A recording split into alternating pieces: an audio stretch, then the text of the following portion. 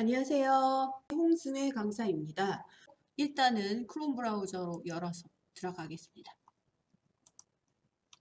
그 썸네일 아이콘이죠. 앱스 아이콘 눌러서 저희 우리가 배우려고 하는 여기 문서 쪽으로 들어오시면 되겠습니다.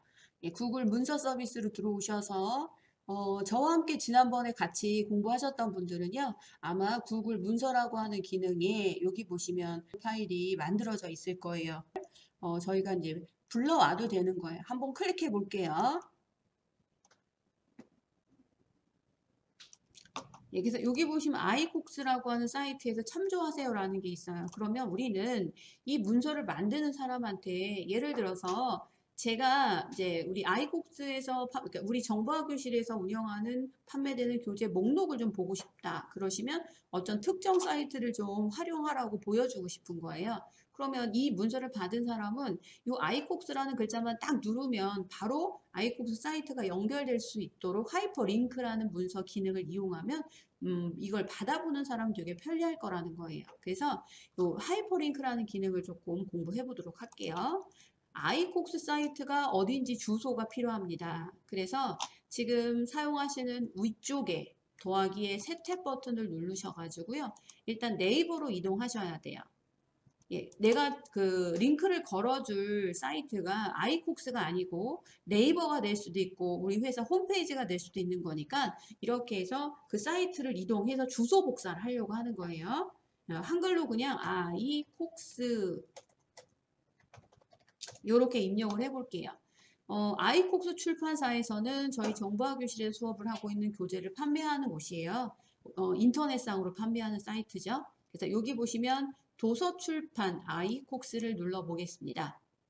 예, 그리고 이 아이콕스에서 우리가 이제 이런 자료실 같은 경우에 우리 교과서에 수록된 예제 소스 이런 것들이 좀 있고 또 교재 목록이 있으니까 요거 공동 작업하는 사람들한테 요 사이트를 좀 응용해서 우리 출판된 교재가 뭐가 있는지 교재 목록도 확인해 보세요 라는 차원으로 링크 한번 해볼게요. 그럼 중요한 거는 여기 맨 위쪽에 보시면 아이콕스 사이트라고 하는 주소가 필요한 거예요. 홈페이지 주소가. 그거를 블럭을 잡겠습니다. 그리고 키보드에 보면 컨트롤 하고 C 누르셔도 되고 아니면 바로 블럭 잡고 복사 명령 눌러도 됩니다. 이렇게 URL 주소를 복사했으면 일단 아이콕스 다 필요 없어요. 닫으셔도 돼요. 다시 이제 구글 문서로 오면 돼요. 그러면 아이콕스라고 하는 요 텍스트에다가 내가 아까 복사한 주소를 연결해주고 싶다. 그런 걸 우리는 하이퍼링크라고 얘기를 해요. 그런데 하이퍼링크라는 건 어디에 있냐면 삽입이라는 기능이 있어요. 삽입. 예, 한글 같은 경우는 입력. 그 다음에 구글 문서는 삽입. 예, 삽입에 갔을 때 링크라고 하는 게 보일 거예요. 링크. 하이퍼링크의 링크. 그 링크를 눌러보겠습니다. 네, 링크를 누르시면 내가 표시할 텍스트는 아이콕스라고 블럭을 잡았기 때문에 자동으로 들어왔어요. 그쵸? 그리고 여기 보시면 링크라고 하는 거 검색하세요 라고 나왔는데 사실은 검색하셔도 되지만 우리가 복사한 거 있어요. 자동으로 찾아주지 않습니까? 여기에.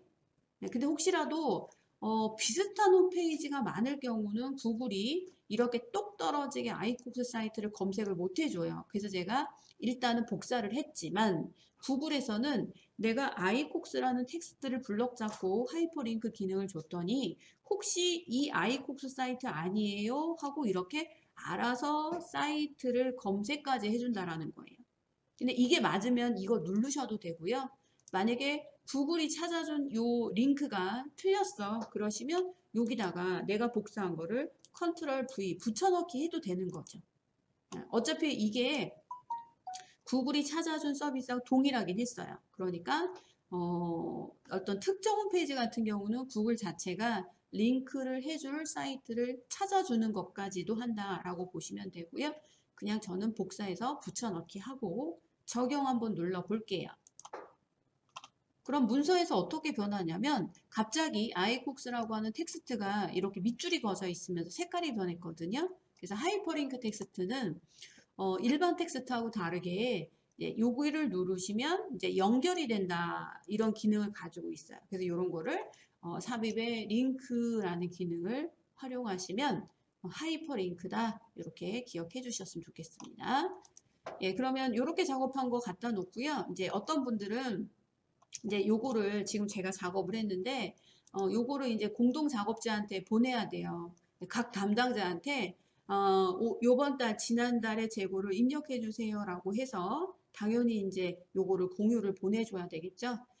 그러면 제가 만든 이 파일을 다운받아서 하나의 원본 파일을 낱장으로 드리는 게 아니라 제 구글 문서에 저장되어 있는 교재 판매 현황이라는 것을 접속할 수 있는 권한을 주는 거예요. 그러니까 요 파일은 하나예요. 딱 요 파일은 하나인데 요 파일을 열람할 수 있는 권한을 내 구글 문서를 열람할 수 있는 권한을 주자라는 겁니다. 그러면 요 파일 하나에다가 각 담당자는 그 담당란에 해당하는 것만 계산만 입력만 해주면 된다라는 거예요. 네, 그래서 그걸 공유하는 방법 알려드려 볼게요. 일단 저장은 되고 있으니까 무시하고요. 그래도 혹시 모른다 그러면 파일에서 여기 파일에서 저장하기가 안 보이네요. 네, 자동 저장돼서 그런 것 같습니다. 그러면 이제 공유 그냥 해볼게요. 공유라는 기능은 지금 내가 만든 나의 구글 문서를 공동으로 작업할 수 있도록 다른 사람한테 공유해 주겠다라는 소리입니다. 공유 눌러 보겠습니다.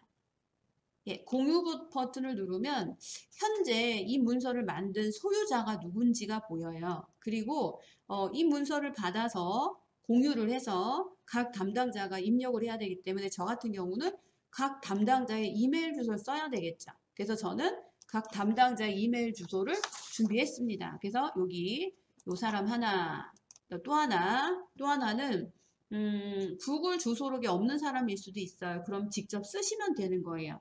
제가 미리 조사를 했죠. 어떤 분의 걸 해볼까요?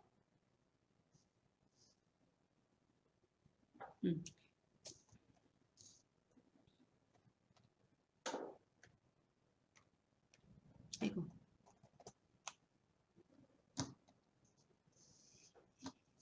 544 골뱅이 g 이렇게 작업해 볼게요. 그러면 담당자가 4명일 거 아니에요. 그럼 4명의 이메일을 이렇게 씁니다. 그러면 뭐 지메일 쓰는 사람도 있고 네이버 쓰는 사람도 있고 그렇겠죠. 일단 이렇게 돼가지고 여기 보시면 되도록이면 구글 주소를 써주는 게 좋아요. 왜냐하면 구글 문서 서비스를 바로 연결하는 방법은 네이버 브라우저를 열어서 또다시 구글을 가고 구글 문서에서 이걸 공유해준 문서를 열어보는 것보다는 링크 걸어주신 분들은 바로 탁 누르기만 하면 예, 구글 문서로 이동이 되기 때문에 네이버 주소보다는 구글 계정을 써주는 게 훨씬 더 이 공동 작업자한테 편할 수 있어요. 그래서 구글 주소를 써주시고 여기 삼각형 드롭 버튼이 있는데 이 삼각형 드롭 버튼을 누르면 지금 이 사람들에게 볼 수 있게만 하겠느냐, 댓글 작성하게 하겠느냐, 편집을 할 수 있게끔 만들 거냐라는 거예요. 당연히 편집 기능을 부여해야 지금 내가 공유를 초대한 사람들이 제 구글 문서에 들어와서 문서를 고친다라는 거예요. 그래서 여기는 편집자가 돼야 되고요. 그리고 메시지는 예, 써야죠. 뭘 해야 되는지. 예, 담당자는 각 교육장 재고란에 입력해 주세요.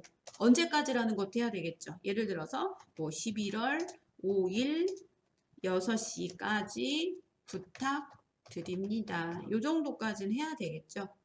그리고 나서 제가 이거를 보내요. 보내면은 홍승혜라고 하는 사람이 소유자가 여기는 GTTS와 여기는 이 분에게 메일을 보냅니다. 그래서 그 메일 란에는 공동작업자가 이 문서를 공유했습니다라는 게 있는데 그걸 보여드려 볼게요. 보내기 한번 눌러봐야죠. 그럼 이 공동 편집자로 초대받은 사람들은 파일이 간 게 아니라 홍승혜라는 구글 문서를 접속할 수 있는 권한이 이 문서를 다른 문서는 안 돼요. 다른 문서는 권한이 없고 교재 판매 현황이라는 파일만 공유 그 권한이 좋기 때문에 공유를 해서 그거를 편집할 수 있는 겁니다. 그럼 그걸 보여드려 볼게요. 네, 메일을 가서 메일을 읽어야 되겠죠. 여기 앱스 버튼 눌러서 여기 메일 그럼 요렇게 메일이 하나 왔어요. 신규라고 해서 교재 판매 현황이라고 하는 메일이 하나 도착했대요. 눌러볼게요. 그러면 이렇게 합니다. 어떤 사람이 다음 문서를 수정할 수 있도록 나를 초대했습니다. 라는 게 나옵니다. 바로 그 문서가 바로 여기 교재 판매 현황이라는 게 있어요. 그러면 교재 판매 현황이라는 걸 딱 누르시면은요. 이거는 홍승혜라고 하는 구글 계정에 업로드되어 있는 문서가 공유를 초대받은 사람도 접속할 수 있는 권한이 생겨서 각 해당하는 사람들은 여기에 재고가 하나 남았어요. 여기 2개 남았어요. 없어요. 하나 남았어요. 3개 남았어요. 요거를 입력해주면 된다라는 거죠. 다른 사람들은 신경 쓸 거 없어요. 내 거만 담당하시면 되는 거예요. 요렇게. 그러면 이제 자동으로도 저장이 되니까. 요런 식으로 각 담당자가 내일 내일 6시까지 마무리를 해주면 이제는 저는 그 공동 작업자들이 작업해준 파일을 이제 정산만 하면 되는 거라는 거죠. 이게 바로 공유를 해가지고 다른 사람들과 그 문서를 협업해서 공동으로 작업하는 기능이다. 이렇게 이해하셨으면 좋겠습니다. 이후에 제가 만들어 놓은 교재 판매 현황을 가요. 그러면 각 담당자가 벌써 내가 공유 초대한 사람들이 자기 교육장의 재고 수량을 입력을 이렇게 해놨다라는 거죠. 지금 제가 하나만 했잖아요. 그러니까 이제 하나만 입력이 되고요. 다 입력이 됐다고 가정하면 저는 이게 담당자거든요. 그러면 저는 이거를 정산만 하면 되는 거잖아요. 그런데 여기 보시면 합계란이 있어요. 합계. 근데 아쉽지만 구글 문서에서는 구글 문서, 구글 스프레드시트, 구글 프레젠테이션 해가지고 3가지 기능을 제공하는데 구글 문서의 표에서는 계산 기능이 제공이 안 돼요. 그래서 여기는 합계는요. 제가 일일이 여기다 더하기를 해야 돼요. 좀 아쉽죠? 그래서 구글 문서의 표에는 블럭 계산이라는 계산식이 적용되지 않는다. 그래서 만약에요. 요런 어떤 교재 판매 현황을 숫자를 입력해 가지고 그리고 정산을 하고 뭐 더하고 이럴 때는 구글 문서라는 서비스보다는 구글 스프레드시트라고 하는 기능으로 교재 재고 판매 현황이란 문서를 만들어서 공유하는 게 더 현명한 거예요. 네, 그래서 아쉽지만 표에서는 계산 기능 안 됨. 네, 요거를 조금 하나 염두에 두셔야 될 겁니다. 예, 계산 기능 안 됩니다. 그래서 일일이 8, 10 이렇게 쓰셔야 되는 거죠. 그래서 숫자가 좀 많을 때는 사실은 구글 문서가 아니라 스프레드 시트로 문서를 만들어 공유하는 게 좋다고 말씀드렸어요. 그래서 표 작업을 이렇게 했고요. 혹시라도 누군가가 나 여기에 교재 하나 더 팔았는데 그러시는 분들은 지금 여기 내가 원하는 곳에다 마우스 오른쪽 버튼을 누르면 여기 보시면 삽입 기능이 있어요. 그래서 아래에 행 삽입할까요? 오른쪽에 열 삽입할까요? 이런 게 나옵니다. 그래서 행 삽입을 하나 누르면 이렇게 하나 행이 더 나옵니다. 예, 그리고 필요 없을 때는 클릭해 놓고 마우스 오른쪽 눌러서 행 삭제. 예, 표는요. 만들 때는 삽입해서 만드시면 되고요.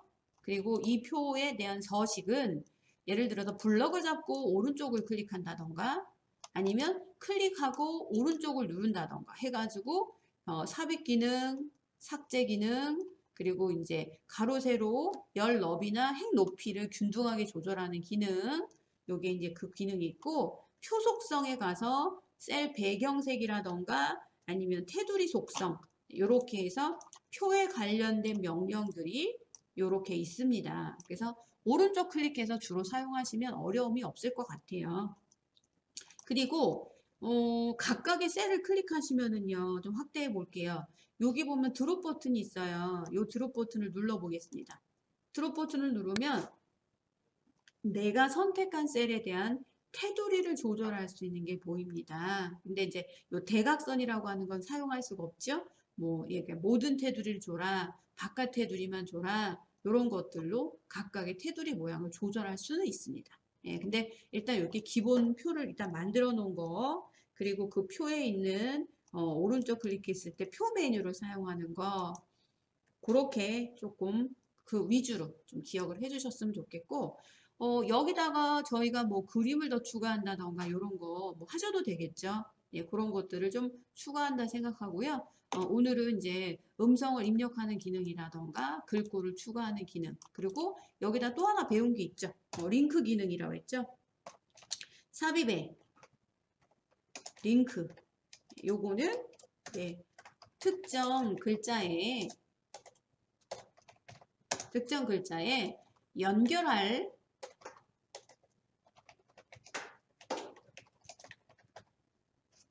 연결할 인터넷 주소,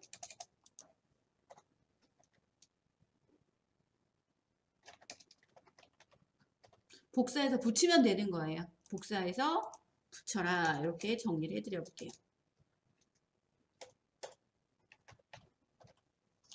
만약에 하이퍼링크를 지우려면 그냥 이렇게 하시면 돼요. 지금 여기에다 오른쪽 클릭해 가지고요. 다시 링크를 가시면 여기 링크 제거라고 하는 게 보여요. 그냥 메뉴 사용하는 것보다 저 같은 경우는 오른쪽 클릭이 좀 편하더라고요. 그래서 하이퍼링크를 오른쪽 눌러서 여기 보면 링크 제거라고 하는 기능이 있으면 일반 텍스트가 되는 거예요. 이렇게. 다시 링크 해야지. 그러면 다시 이렇게 블럭 잡고 오른쪽 눌러 링크. 그래서 여기다 제가 아이콕스라고 하면은요. 기본적으로 자기가 찾아줍니다. 해볼게요. 오른쪽 링크. 검색까지 아예 해준다고 그랬잖아요. 그럼 요것만 눌러줘도 된다라는 거예요. 그리고 적용하면 다시 하이퍼링크가 나온다는 거예요. 예, 이렇게 해서 문서를 만들어 가지고요. 표를 작업하는 것까지 작업을 했는데 저희가 좀 여기서 뭐를 할 거냐면 문단 모양이나 들여쓰기, 내어쓰기라던가 좀 그런 거 조금 더 해볼게요. 그러면 지금 작업한 거 좀 밑으로 이렇게 좀 내려와 볼게요. 엔터를 한번 쳐보도록 하겠습니다. 예, 엔터치기 하셔가지고 요 작업을 뭘 할 거냐면 여기 삽입으로 한번 가볼게요. 삽입. 예, 삽입 기능에 가시면 이미지가 있고 표가 있고 그리기가 있고 이런 거 있으시잖아요. 그래서 여기 보면 삽입 메뉴를 좀 더 훑어본다면 특수문자를 삽입한다, 수식을 삽입한다, 페이지를 나눈다, 링크, 뭐 북마크 이런 것들이 있고요. 그리고 여기 서식이라고 하는 메뉴를 가면 텍스트라고 하는 걸 제가 자꾸만 여기 있는 기본적인 텍스트 도구를 이용해서 서체를 지정했잖아요. 그쵸? 예, 그것이 사실은 서식이라고 하는 텍스트라고 하는 기능에 있다라고 보시면 돼요. 근데 또 한글 2010과 비교를 한다면 예를 들어서 뭐 자간, 장평 이런 세부적인 글자 모양을 줄 수 있는 건 없다라는 거예요. 그래서 선생님들이 정교하고 어떤 틀에 갇혀져 있고 룰이 있는 그런 문서 같은 경우는 한글 2010이나 한컴 오피스를 사용하셔야만 되고요. 생활 속에서 뭐 크게 내가 이제 간단한 문서를 만들 수 있는 그런 충분한 작업은 여기서도 가능하다라는 걸 말씀을 드리겠습니다. 서식을 좀 더 볼게요. 그래서 글자 크기를 여기 있습니다. 대문자, 소문자 조절하는 것도 있고 예, 단락 스타일이라는 거는 그거예요. 미리 스타일을 만들어 놨어요. 그래서 내가 여기에 제목 1이라고 하는 스타일을 주면은 글자 크기라던가 글자 서체라던가 미리 만들어 놓은 거라고 보시면 돼요. 그래서 제가 만약에 교재 판매 현황이라는 걸 딱 눌러놓고 여기 보면 서식의 단락 스타일에 가서 예를 들어 제목 1이다 라고 주시고 제목 1 적용이라고 눌러주면은 얘가 이렇게 바뀌어버려요. 왜냐? 단락 스타일에 미리 정의되어 있는 글자 크기라던가 글자 색깔 이런 것들이 적용이 되기 때문에 그렇다라는 거죠. 그런 거를 스타일이라고 얘기한다. 우리 한컴에서도 스타일은 있었는데 여기도 그런 스타일이 있습니다. 내가 만약에 스타일을 딱 정해놓고 나는 항상 제목에는 무슨 서체, 무슨 크기, 무슨 색깔을 꼭 제목으로 매번 쓸 거야. 그러시는 분들은 내가 기본 스타일을 다시 재설정할 수도 있어요. 그래서 나는 제목이란 스타일이 마음에 안 드는데 라고 하시면 그 스타일을 좀 수정해도 된다라는 거죠. 여기서. 스타일 재설정. 그래서 그런 것들은 좀 나중에 한번 해보고요. 서식의 이제 정렬 요것도 다 어디에 메뉴에 있었냐면 아까 확대이기 때문에 메뉴가 다 안 보일 때는 더보기 누르면 여기 정렬 방법이 있다라고 말씀드렸어요. 그리고 요거를 요렇게 블럭을 잡아서 우리가 줄간격이라고 하는 거거든요. 그럼 줄간격이라는 거는 서식 메뉴에 줄간격이 있습니다. 줄간격. 그런데 이 줄간격이라고 하는 거 여기 보시면 여기도 줄간격이라는 게 있습니다. 그래서 만약에 블럭을 잡고 줄간격을 조절해야 되겠다 그러시면 서식의 줄간격 누르셔도 되고 여기 있는 줄간격을 조금 더 벌리는 거죠. 높게. 그러면 이렇게 약간 공간이 줄과 줄 사이에 높이가 달라지는 겁니다. 그래서 여기에 서식이라는 명령을 좀 받고요.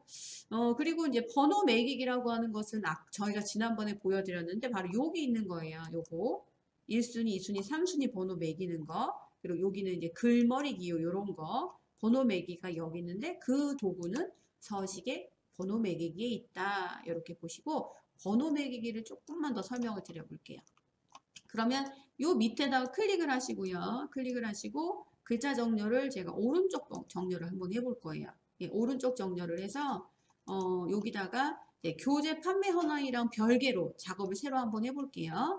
그러면 여기다 딱 클릭하시고 여기 삽입에 가시면은요. 나누기라는 명령이 있어요. 이 나누기는 커서가 있는 부분에 페이지를 나누겠다라는 뜻입니다. 그러면서 나누기에 보면 페이지 나누기가 컨트롤 엔터예요. 이거는 한컴 오피스랑 동일합니다. 그래서 페이지를 나눠 보겠습니다. 그럼 어떻게 되냐면 1페이지가 있고 2페이지가 이렇게 조절이 됩니다. 그럼 여기 2페이지에다가 정렬 방법을 여기다 한번 해볼게요. 그래서 이제 문단 번호 모양에 대해서 좀 설명을 드려볼게요. 문단 번호 모양이라는 것은 우리가 1순위, 2순위, 3순위라고 하는 순위가 있어요. 그 순위를 좀 균형을 잡아볼 건데 저희가 우리나라를 기준으로 한번 조절을 해볼 거예요. 그러면 우리나라라고 써볼게요. 엔터. 우리나라에는요. 서울이 있어요. 그쵸? 엔터. 좀 확대해 볼까요? 아이고 너무 확대했죠? 컨트롤하고 마우스 휠 굴리는 겁니다. 서울이 있습니다. 근데 서울에는 또 행정자치구가 각 동이 또 주민센터가 다르잖아요. 서울에서 예를 들어서 구로, 구, 강남구, 다짜들, 마포구, 그 다음에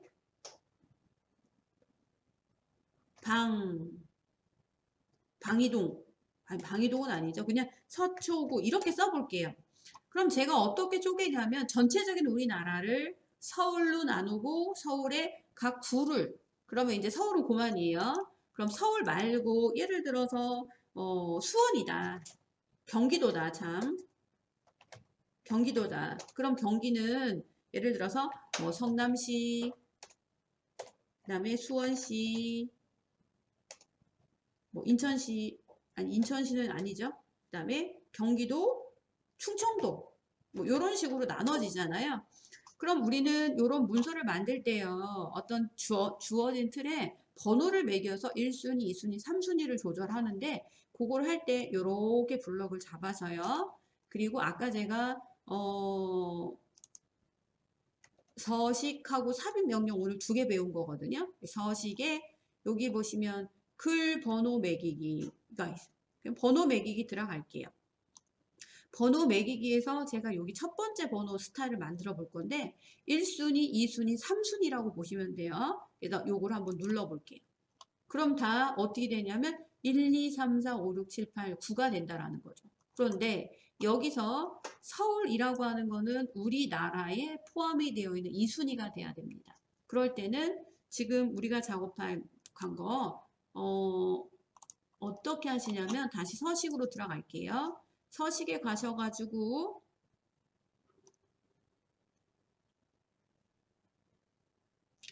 제가 좀 단축키를 좀 쓰는 게 편하더라고요. 기본 도구를. 그래서 여기 서울이라는 거 블럭 잡고요. 여기 더보기를 눌러주시고요. 더보기에서 지금 번호 매기기에 가셔가지고 요거 들여쓰기인가요? 한번 눌러볼게요. 들여쓰기. 들여쓰기 한번 해볼게요. 그리고 구로구에서부터 서초구를 여기 들여쓰기 있죠? 한번 누르고 또 한 번 누르고 이렇게 한번 해보겠습니다. 그러면 A1 우리나라에는 서울이 있다. 서울에는 강남구부터 서초구가 있다. 이렇게 번호가 매겨져요. 그러면 경기도라는 거는 1순위가 되겠죠. 그 다음에 성남시, 수원시, 충청도는 2순위잖아요. 요거를 눌러가지고 여기 들여쓰기를 한번 눌러볼게요. 이렇게 눌러보면 들어가면서 번호가 바뀌어진다라는 거죠. 그래서 뭐 수준을 내려라, 수준을 올려라 이런 말이 별도로 없다라는 게 조금 한컴 오피스하고 좀 다르다라는 거죠. 이걸 다시 내어쓰기 버튼 누르면 다시 번호가 바뀌면서 앞으로 가는 거고요. 다시 들여써라 그러면 이렇게 번호가 바뀌면서 안쪽으로 들어가는 기능이 번호 매기기랑 같이 조합해서 쓰셔야 된다는 겁니다. 단순히 뭐 1수준을 2수준으로 만들어라, 3수준으로 만들어라 그런 기능은 별도가 없다는 거 그거 좀 설명을 드려볼게요. 만약에 성남시에도 뭐가 있을 거 아니에요. 그러면 성남시에도 예를 들어서 뭐 분당구가 있나요? 그러면 이 분당구라는 것은 이제 성남시에 포함되어 있으니까 다시 들여쓰기를 해서 이렇게 1순위, 2순위, 3순위라고 하는 번호와 순위를 매기는 그런 기능이 있는데 그것이 서식이라고 하는 기능에 여기에 작업이 되어 있다라는 거죠. 그래서 번호 매겨도 되고 아니면 글머리표 주셔도 되니까 그런 거 이용하셔가지고 이렇게 어떤 그 약간 그 정확하게 보고서를 작성해야 되는 그런 경우에는 번호 매기고 들여쓰기, 내어쓰기 기능으로 1순위, 2순위, 3순위 기호까지 활용을 한번 해보셨으면 좋겠습니다. 수고하셨습니다.